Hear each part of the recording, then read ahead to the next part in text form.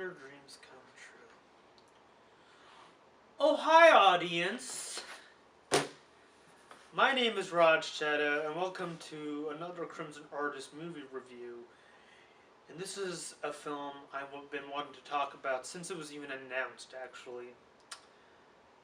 And I haven't really touched on one of the most infamous movies ever made. So I might as well just do both, considering they're pretty much blood brothers at this point. This is my thoughts on both The Room, which is everything done by Tommy Wiseau. The writing, the directing, the casting, to even starring in it, to financing it. This guy is... The Room is Tommy Wiseau's baby, pretty much. It's all him. And you will instantly tell that just by watching the movie. And as soon as I finish talking about this thing, I'm going to be talking about the film that revolved around the making of this movie. It is based off a novel by Greg Sestero and Tom Bissell. Greg Sestero is the guy who plays Mark, the "Oh Hi Mark" in the movie. He wrote a book based on his experience with Tommy. Tom Bissell also, I need to give credit to him. I actually did finish the book before, shooting the review. It's a really interesting book. I highly recommend you check this one out.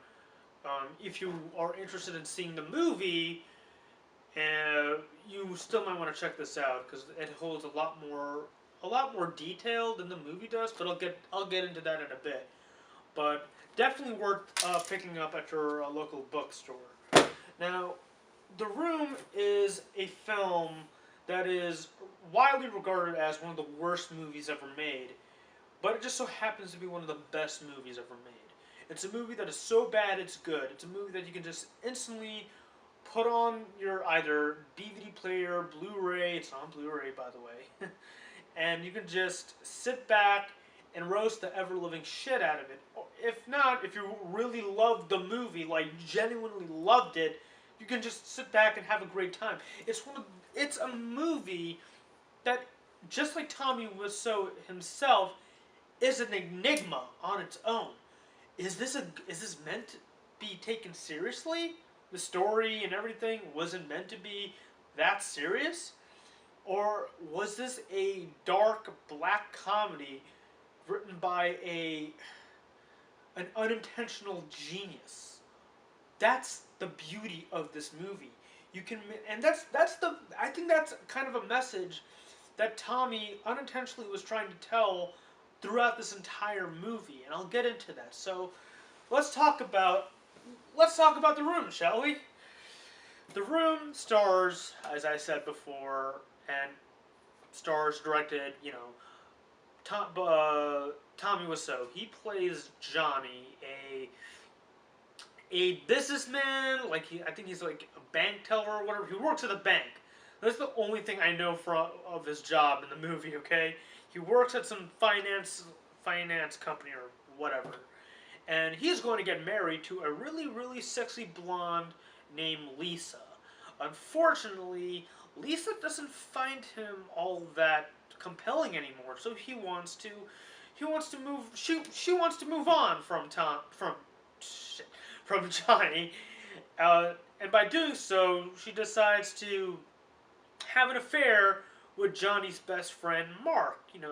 Oh Hi Mark, who is played by Greg Sestero, and things go kind of kind of weird. It's kind of hard to explain. It's best to actually see the movie to know what the fuck I'm trying to talk about. And between all of that, we have a story arc that revolves around a drug dealer named Chris Ard, which never goes anywhere. We have another story arc with Lisa's mom having breast cancer that definitely doesn't go anywhere.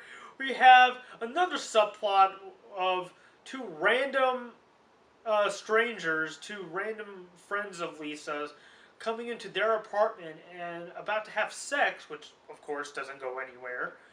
We have a fucking buttload of scenes in which Tommy and a bunch of other male cast members, such as Greg and the kid that plays Denny, and some other guy, playing football in their wedding tuxes.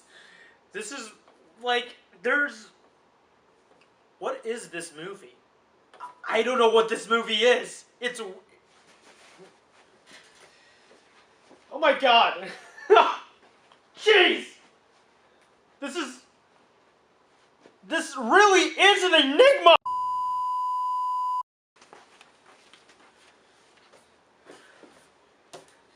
Sorry about that. Yeah, this is really an enigma of a movie. And I love it! I'm not ashamed to admit that I love this movie! Despite its horridness, despite its really, really awful camera angles and editing and dialogue and whatever. It's so bad, it's so good. It's literally the definition of that. Oh my god. Oh jeez, I can't wait to talk about The Disaster Artist now. But anyway, so why am I talking about this movie? Why does this movie exist? And why did James Franco, of all people, decide to make an adaptation of this particular story? Well, what's really interesting is when I first heard about this thing, and this was when the Nostalgia Critic, aka Doug Walker of Channel Awesome, made his review of the film, and I was like, oh my god, this is a thing? This is an actual movie? And yeah, it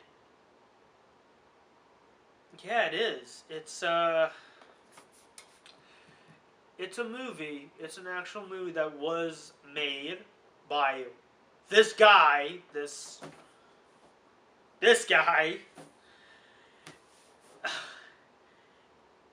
And I guess he was expecting this to be a really, really dark and tragic love story or whatever. But then it ended up being something else that he himself was not expecting. And we were like, I'm wondering if this is meant to be a good movie, if this is meant to be a bad movie. What is this trying to be? That's what movies should do, in a way. They should question you. They should let you question the movie and question yourselves, right? Because I've seen this movie about almost a dozen times at this point.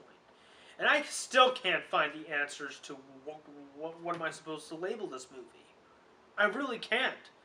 Because, yes, there are horrible moments in the movie.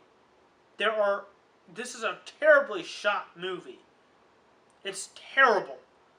But the one thing that a lot of people don't even mention in their individual reviews of The Room is that despite the movie being bad, it just so happens to be incredibly memorable.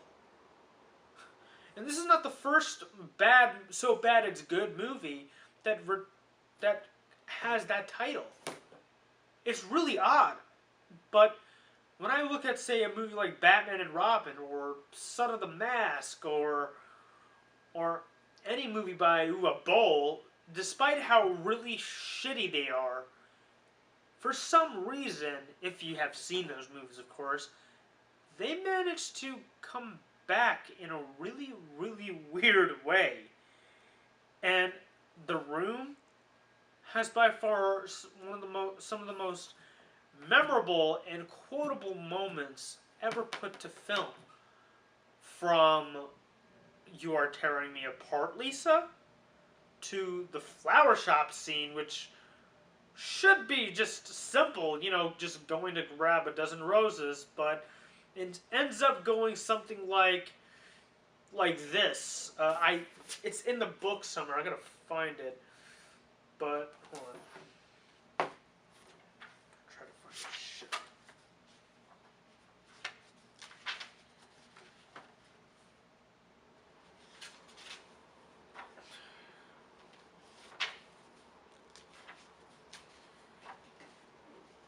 Fuck it. I'll just show you the clip right here.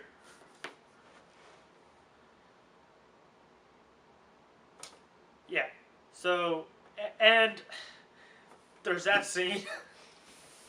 There's that scene. Okay. And then comes the most infamous and by far the most my number one favorite moment, probably everyone's favorite moment from this film, for those who have seen it, of course. Is yeah, you know the one, the rooftop scene. If you haven't seen this movie, there's a high chance that you have seen this clip before. If you have not, go see this movie. It's that insane. You'll enjoy it. Okay?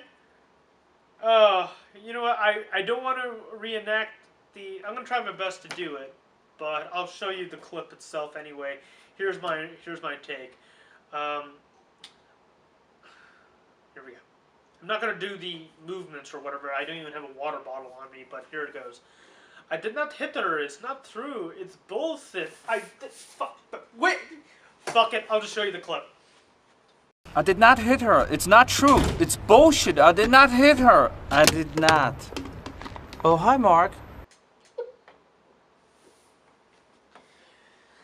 Okay. This fucking movie. This is gonna be the death of me. I swear to God. And I wouldn't mind that. But yeah. Go see The Room. See if there's any. If there's gonna be any. Well, fuck. There are always going to be specialized screenings of this movie, so go on. The link should be on the description below, but here it is. Go on to their website just to see if you can find a specialized screening of this movie. And if not, just try to get the Blu-ray. It's absolutely worth your time. If you can't really find it at all, it's definitely somewhere on YouTube. It's not hard to find, actually. But I do recommend you support the guy. He did something unintentionally invigorating. It's ingenious what he did.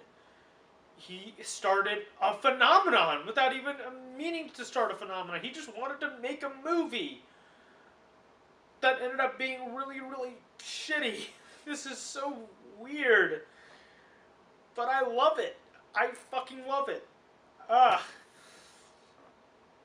Yeah, I'm definitely giving this a B. Okay. In regards to my score right now, how do I put this? If you follow Chris Stuckman on YouTube or Twitter, you would know that Stuckman has a review series called Hilariosities, where he just covers movies that are so bad, it's so good, right? And of course, he did cover The Room. It's probably one of my favorite reviews of this movie. And he gave this film, if I'm not mistaken, an A+ in terms of hilariosity, but of course an F for just, being a really shit movie. So, in this case, I'm going to have to adopt his style, I guess. But you know what's really weird? I saw this movie 12 times, like I said. And the latest time I saw, just in preparation for the new movie, for Disaster Artist, I'm like, okay, this is actually not that bad. Sure, there are certain moments and plot lines that really don't go anywhere, but it's just not that bad. So, as a movie on its own, it's actually kind of okay, regardless of some really awful, really, really fucking hilarious moments. It's one of the best comedies ever, without trying to be a comedy. It is a comedy, And I'm still giving this a B. Yeah, so that's my explanation of why I gave The Room a straight up B. This is so weird, I know.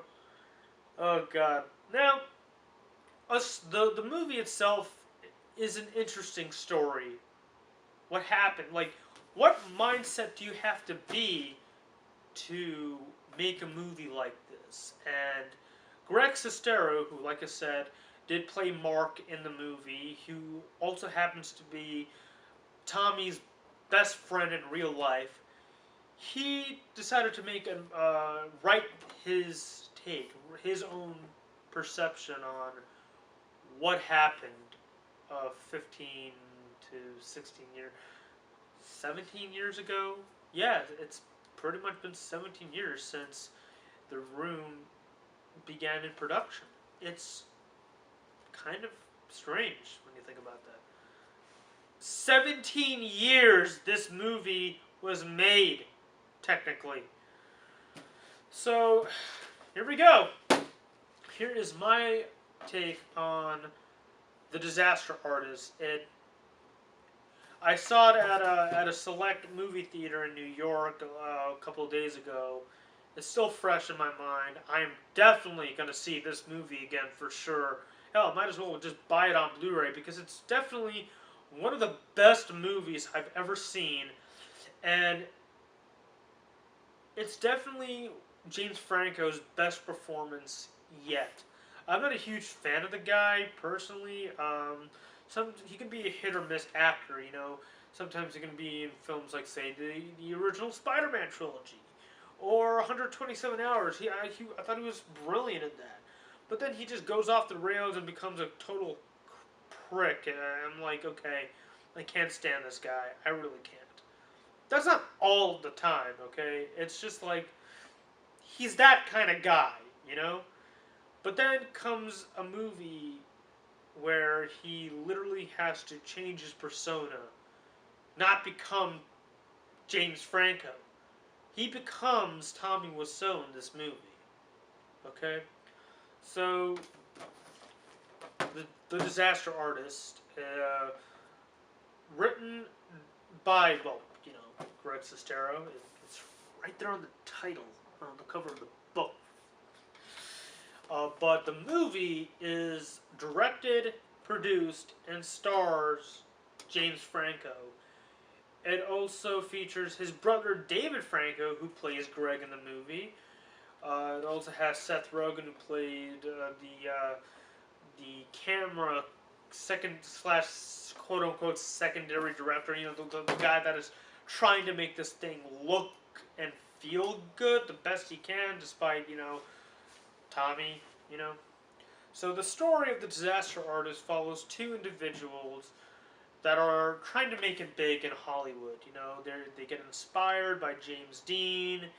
They're trying to find a career, you know, like especially in acting. Greg, he seems to be doing all right. I mean, he has the looks. He's got that charm, you know. He definitely looks like an actor. Well, he's part model, but he definitely has that look of an actor, you know. Unlike Tommy, which he looks like a literal vampire, from pale skin to really, really odd accent to the long black hair. I mean, I have the wig right freaking here. Like people claim, even a lot of Hollywood producers and acting trainers called him a villain. He looks like a villain.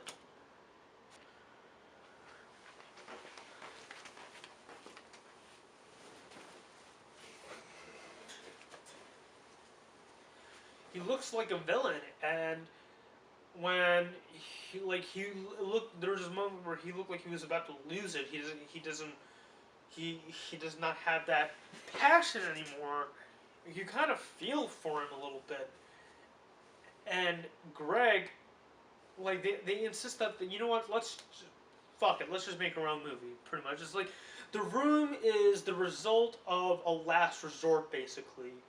If they kept on trying, and they couldn't do it. You know what? Fuck it. Let's make our own movie. You know, this is basically technically the first ever feature-length YouTube video. Without it being a YouTube video, because nowadays you can just if you want to get into the acting business, get into Hollywood, you just gotta pick up a camera and keep on performing lines or print out a script and act out a part from that script and record yourself, or do something like be your own actor, be your own director, be your own, That's what Tommy essentially did. And the result was something he was not expecting. He himself wanted it to be something that a lot of people did not want, you know? But ultimately it gained a fan cult following. And that's what really drove me about this movie was the handling of Tommy himself. And this is in the book, it's through the perspective of Greg himself, basically. Which is really interesting because most autobiographies or films based on a true story, we're literally looking at the eyes of the man that the story is based on, right? But this story is through the eyes of the best friend, like learning about this strange individual, and what I was really worried is that like this film might be a huge attack on Tommy himself because he doesn't seem like the guy to be like he look like just like Johnny in the movie. Tommy looks like a really sensitive individual, and they treated his character, his persona, James Franco. They made him feel very much human, even though a lot of people think of him as an actual alien from outer space, someone who doesn't understand the human logic, the human mind, And they did that brilliantly. At the very end of the movie, when they do show the room, like, they show something that, like, they show a film that is shot for shot just like the actual room itself. It's incredible. And Tommy's reaction in that really, really broke me in particular because as a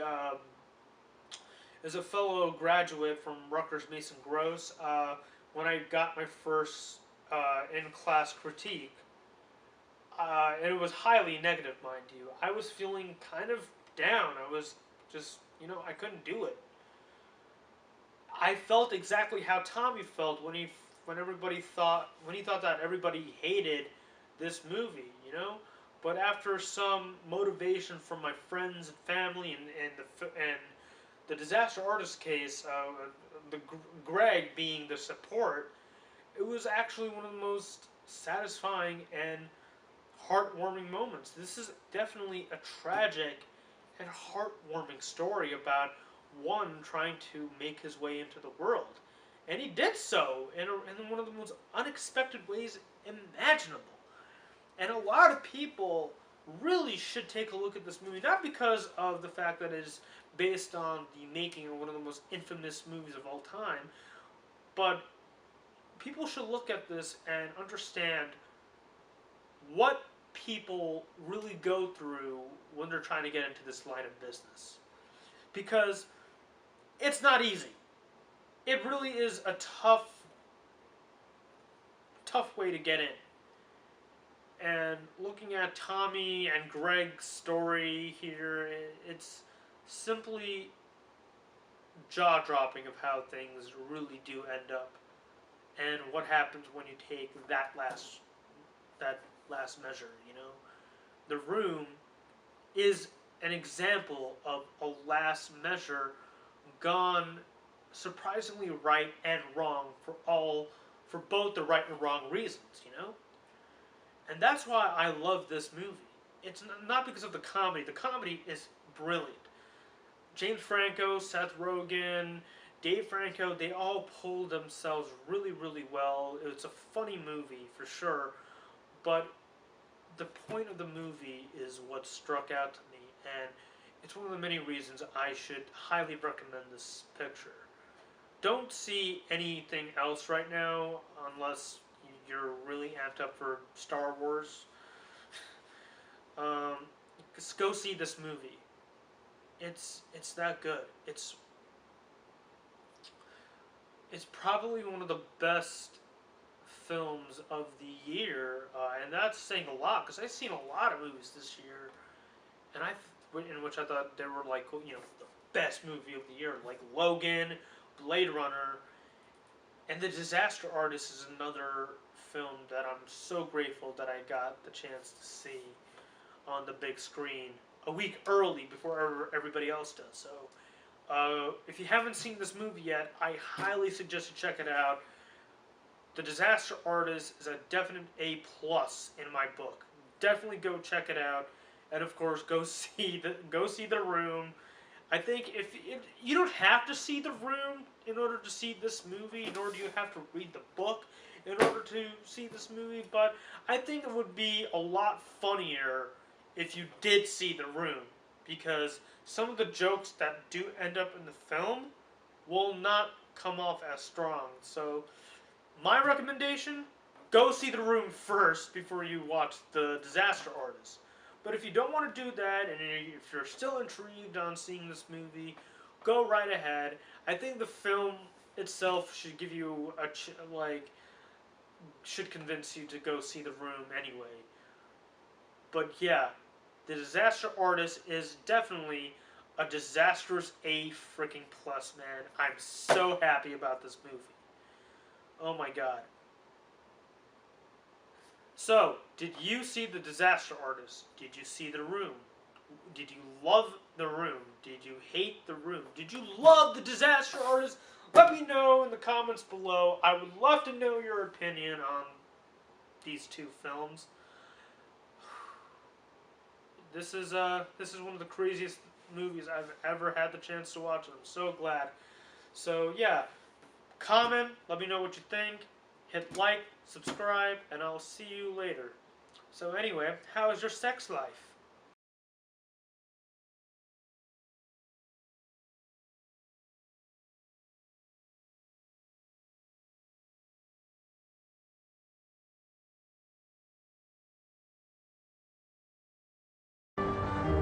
Hi. Can I help you? Yeah, can I have a dozen red roses, please? Oh, hi, Johnny. I didn't know it was you. Here you go. That's me. How much is it? It'll be $18. Here you go. Keep the change. Hi, doggy. You're my favorite customer. Thanks a lot. Bye. Bye-bye.